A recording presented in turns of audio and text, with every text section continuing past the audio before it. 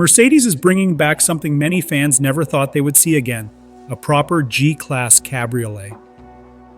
The company has shared new images of a camouflage prototype. And even with the heavy disguise, you can tell this is not just a nostalgic tribute. It is a completely new chapter for the iconic Geländewagen, this time shaped around a four-door layout rather than the classic two-door setup that people remember from years ago. It feels almost surreal when you think about how long it has been. The regular G-Class Cabriolet ended production more than 10 years ago, and aside from the ultra-rare Maybach Landaulet with only 99 units ever built, Mercedes never revisited the open-top idea for the modern generation. The current G-Class, which arrived in 2018, has lived its entire life without a convertible option until now.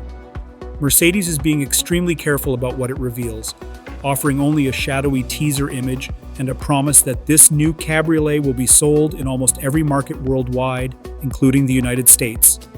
The preview hints at a Landaulet-inspired silhouette with longer roof edges stretching toward the rear, a major shift from the short, soft-top shape of previous generation cabriolet models.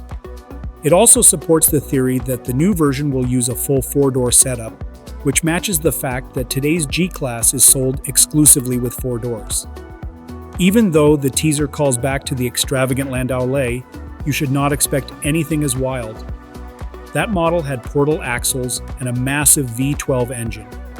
The new Cabriolet is expected to stay grounded as a gas-powered G550 fitted with a folding fabric roof.